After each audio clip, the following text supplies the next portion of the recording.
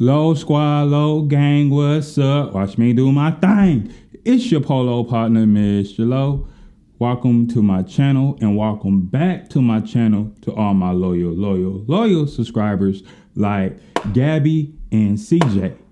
I will leave all their information in the description, so pay attention to the description so you guys can show them some LTL love and support. If you want a shout out from me, you have to drop a relevant comment to the video, and you have to do it more than once. When I see you, I will get around to giving you a shout out. But today I will be giving you guys some steps to pick the right camera for yourself. So if you're interested, stay tuned.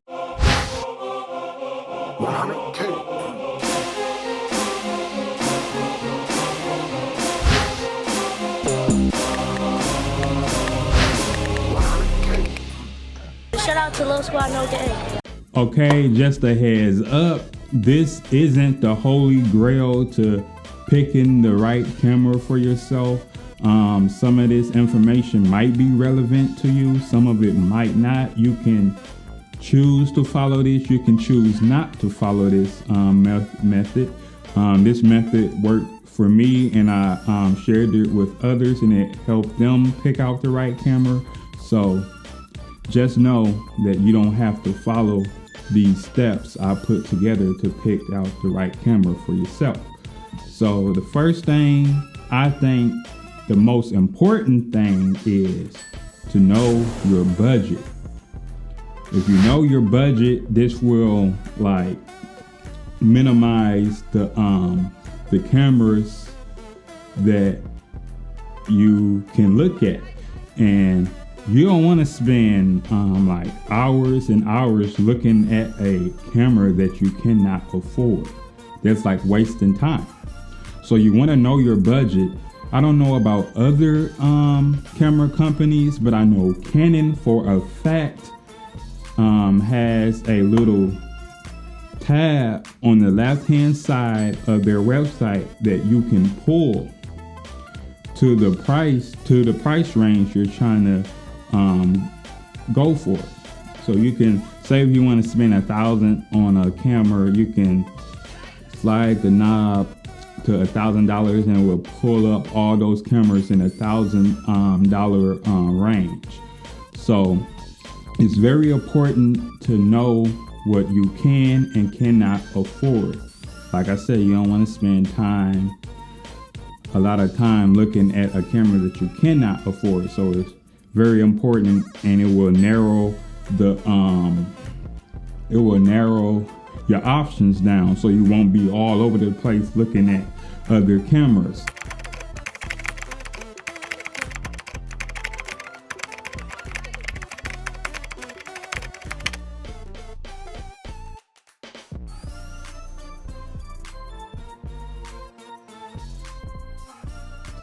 The second thing is to know your camera specs and know their limits and know what they can and cannot do. So you might not be looking for a 4K camera, and shooting in 1080p is okay with you. So I probably a 1080p camera will cost less than a 4K camera. So you will save money there. But if you need 4K, if you feel like you need 4K, just know that you will spend a little bit more money on a 4K camera. You should know all the specs. Do as much research as you can on that camera, because you don't want to get a camera and be disappointed because they can and cannot do what you thought it could do. You want to know for a fact. And be careful on YouTube as well, because a lot of people do reviews and stuff on cameras. Not saying everybody, but a lot of people do reviews on cameras, and they tend to make them like kind of biased, and they tend to like make it about themselves. So when people watch their videos, they think that it's a bad camera because they say, oh, it doesn't have 4K, so it's totally bad. Like I said before, you might be okay with having a camera without 4K, so that camera might be good for you. Cameras are made different, and it's not a such thing as a perfect camera out there. I promise you, every camera out right now has their flaws. So you're not gonna get like the perfect camera. Cameras does different things. So you want to do your research, because research is key. You do not want to get a camera and be disappointed to find out they didn't have 4K, but you wanted 4K. They didn't shoot in 120, but you wanted 120 to shoot with to get that nice buttery slow motion. And some cameras might not shoot in 24 frames, and you might want a 24 frame camera to get that nice cinematic look.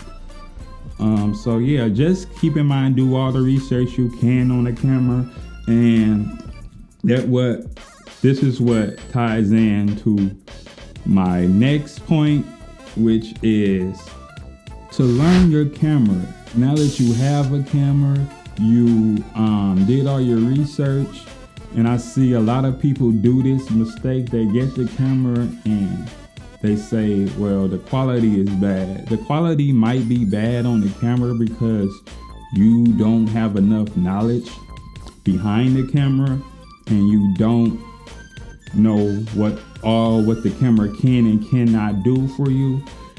So my advice to you will be, get the camera out of auto mode, first of all.